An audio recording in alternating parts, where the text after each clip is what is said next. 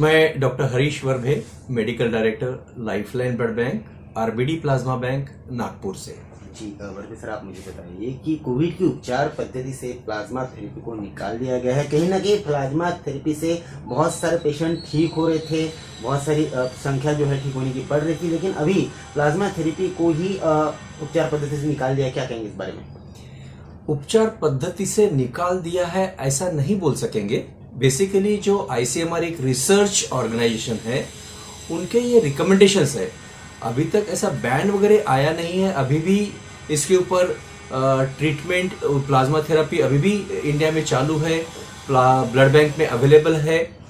Basically अगर मैं बताना चाहूँगा, ये कोविड नया डिसीज है, कोरोना वायरस भी नया वायरस है, और इसके ऊपर भी अभी तक कोई भी एफडीए अप्रूव्ड ऐसा ड्रग है ही नहीं है।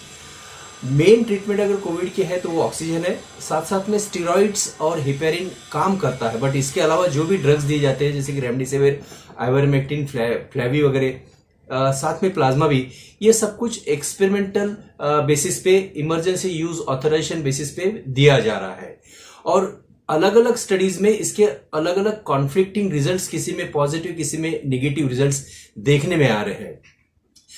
मैं तो ये कहूंगा कि बहुत सारे जो मेन, अगर इंडिया की अगर प्लेसिड स्टडी है, जो नेगेटिव रिजल्ट बताता है आईसीएमआर की जो बेसिकली स्टडी है, उसमें काफी वो प्रैग्मेटिक स्टडी डिजाइन है। उस वक्त की जो रियलिटीज थी, उस वक्त जो एविडेंस बेस था, उस बेसिस पे वो थी। लेकिन अगर रेट्रोस्पेक्टिव अगर अपन देखते हैं आज की तारीख में, तो उसमें काफी सारे खामियां आज की तारीख में नजर आती है। एक मेन कारण ये है कि उसमें पहले एंटीबॉडी बिना चेक किए ही प्लाज्मा दिया गया था, और बाद में जब चेक किया गया तो उसमें 36% बैग्स में 0 एंटीबॉडी थी। बाद में जो बचे हुए बैग्स को अगर एंटीबॉडी देखी तो उसमें एवरेज एंटीबॉडी लेवल जितना रिकमेंडेड है उससे भी कम लो एंटीबॉडी लेवल था। और 70% पेशेंट को जितनी बैग्स देना चाहिए, कम से कम 2 या 4 बैग देना चाहिए, उसमें सिर्फ 1 बैग दी गई थी, यानी कम डोज भी दिया गया था। और वो उस वक्त की जो गाइडलाइन थी, वो पेशेंट को कहीं ना कहीं प्लाज्मा लेट देने की गाइडलाइन थी। और इसके कारण जब पेशेंट को जब प्लाज्मा दिया गया, उस वक्त पेशेंट के शरीर में ऑलरेडी 83% पेशेंट में ऑलरेडी एंटीबॉडी डिटेक्ट की गई। इसका मतलब कि वो प्लाज्मा पेशेंट को लेट दिया गया। इसका मतलब wrong titre, wrong antibody, wrong dose और wrong timing of the disease, ये सभी गलत होने के कारण प्लेसिड थेरेपी के जो रिजल्ट्स मिलना चाहिए था, वो एक्सपेक्टेडली वो मिले ही नहीं। लेकिन उस चीज को लेके प्लाज्मा काम नहीं करता, ये कहना उचित नहीं है, ऐसा मुझे लगता है। आज का जो एविडेंस बेस है, जो साइंटिफिक नॉलेज है, उस वक्त नहीं था। और आज के एविडेंस बेस के ऊपर अपन इसको देखते हैं तो plasma, high titre plasma adequate dose में अगर पेशेंट के अर्ली फेज में अगर देते हैं तो उसका सही बेनिफिट पेशेंट को मिलता है। और एक तो सिम्टम्स कम होते हैं, उसका सिवियरिटी कम होती है, उसका ऑक्सीजन रिक्वायरमेंट कम होता है, उसका हॉस्पिटल स्टे कम होता है, और मॉर्टेलिटी भी कम होता है। ये अलग अलग स्टडीज में, मल्टीपल स्टडी में अक्रॉस द वर्ल्ड दिखाया गया है। तो और इसके अलावा भी जो अभी लेटेस्ट यूएस एफडीए की तरफ से सीसीपी की जो फैक्ट शीट्स आई है 4 फरवरी का, उन्होंने रिस्क बेनिफिट एनालिसिस जो किया, तो उसमें ये देखा गया कि प्लाज्मा, हाई टाइटर प्लाज्मा अगर अर्ली फेज में अगर पेशेंट को देते हैं तो उसके बेनिफिट्स बहुत ज्यादा है कंपेयर टू रिस्क फैक्टर्स। तो ये उन्होंने रिकमेंड किया है। अलग अलग इंटरनेशनल बॉडीज जो रेप्यूटेड बॉडीज है, उन्होंने भी प्लाज्मा रिकमेंड किया है। और इंडिया में भी काफी सारे डॉक्टर्स आज की तारीख में भी यूज कर रहे हैं, हम प्लाज्मा प्रोवाइड भी कर रहे हैं। जी, आपने जैसे कहा कि बहुत सारे जो टीम है उन्होंने रिकमेंड किया हुआ है, और इंडिया के बहुत सारे डॉक्टर्स इसको यूज भी कर रहे हैं, आप भी उसको प्रोवाइड कर रहे हैं। तो फिर ये जो कहीं ना कहीं ये जो बातें जो चल रही है, जो अफवाह चल रही है, इसका क्या कारण हो सकता है? क्या कहेंगे? ये कहना उचित होगा कि ये मालूम नहीं, लेकिन इस थेरेपी को कोई भी मल्टीनेशनल, कोई कंपनी का कोई बैकिंग नहीं है, कोई पैट्रोनेज नहीं है। ये प्लाज्मा थेरेपी है। जैसे कि अभी मोनोक्लोनल एंटीबॉडीज, वो अगर इम्यूनोथेरेपी काम करती है, हाइपर इम्यून ग्लोबुलिन जो अलग अलग अभी cocktail of antibody monoclonal antibodies का अभी नए नए ड्रग्स को अप्रूवल मिल रहा है, और ऐसे में प्लाज्मा थेरेपी को विड्रॉ करना जस्ट ऑन हाइपोथेटिकल बेसिस कि वो, और या कुछ स्टडी में वो काम नहीं किया है, लेकिन कुछ स्टडी में काम नहीं किया है, लेकिन बहुत सारे स्टडीज में स्टैटिस्टिकली सिग्निफिकेंट बेनिफिट्स पेशेंट में दिया है। और आज के तारीख में अपने पास बहुत सारे ऑप्शंस अवेलेबल भी नहीं है। रेमडेसिविर अगर देखोगे तो उसका भी बहुत कुछ बहुत सॉलिड बेनिफिट्स पेशेंट को नहीं है, कोई मॉर्टेलिटी बेनिफिट जीरो नहीं, जीरो कुछ भी नहीं है रेमडेसिविर का। सिर्फ हॉस्पिटल स्टे, कुछ स्टडी ने बताया कि कुछ हॉस्पिटल स्टे कम होता है, लेकिन प्लाज्मा का अगर देखोगे तो बहुत सारे स्टडी में even mortality benefit, hospital stay, severity, ये सब कुछ बेनिफिट्स देते हुए भी आज के तारीख में ये रेमडेसिविर को छोड़ के प्लाज्मा को सिर्फ बाहर निकालना,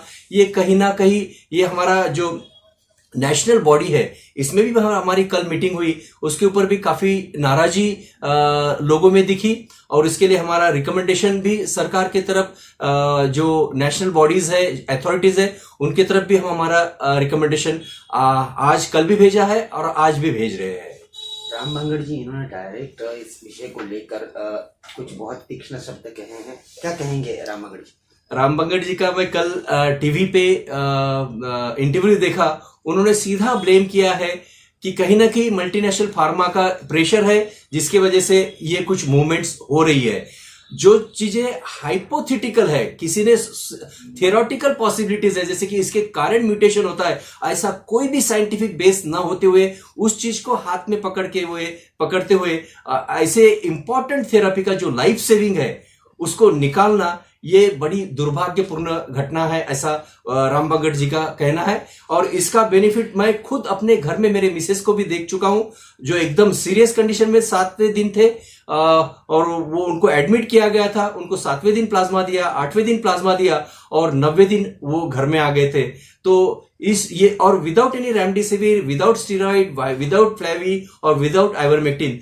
तो मुझे लगता कि सिर्फ प्लाज्मा ने ही उनकी जान बचाई है, कोई उनको एंटीवायरल या कोई एंटी इंफ्लेमेटरी ड्रग नहीं दिया गया। और ऐसे सिर्फ मेरी मिसेस की बात नहीं, ऐसे कई सारे पेशेंट्स, मेरे रिलेटिव, मेरे बहुत सारे डॉक्टर्स हैं, इसको रिलीजियसली यूज कर रहे हैं, उसका बहुत अच्छा बेनिफिट मिल रहा है। और मेरी सभी अथॉरिटी से मेरी अपील है कि इसको फिर से गाइडलाइन में रीइंस्टिट्यूट किया जाए, और ऐसा ही रिकमेंडेशन हमारे plasma expert group national level की जो बॉडी है उन्होंने भी कल भी किया है, और आज भी उनके तरफ हमारी सबमिशन हुआ है। ये जो अपवादास्पद विचार जो मार्केट में जो जा रहे हैं, कहीं ना कहीं निगेटिव थॉट पैदा हो रहे हैं, लोग जो प्लाज्मा की तरफ कहीं ना कहीं आ रहे थे, प्लाज्मा का यूज कर रहे थे, ठीक हो रहे थे, संख्या बढ़ रही थी ठीक होने वालों की, लेकिन ये जो एक न्यूज आई है, इसकी वजह से कहीं ना कहीं लोगों में एक समभ्रम, एक कंफ्यूजन निर्माण हुआ है। तो लोगों को क्या संदेश आप आपके माध्यम से देंगे, लाइफलाइन ब्लड बैंक के मदद से? संभ्रम तो जरूर पैदा हुआ, बहुत सारे डॉक्टर्स का, बहुत सारे पेशेंट्स का हमको फोन आता है, हमको विचारना होती है, फोन पे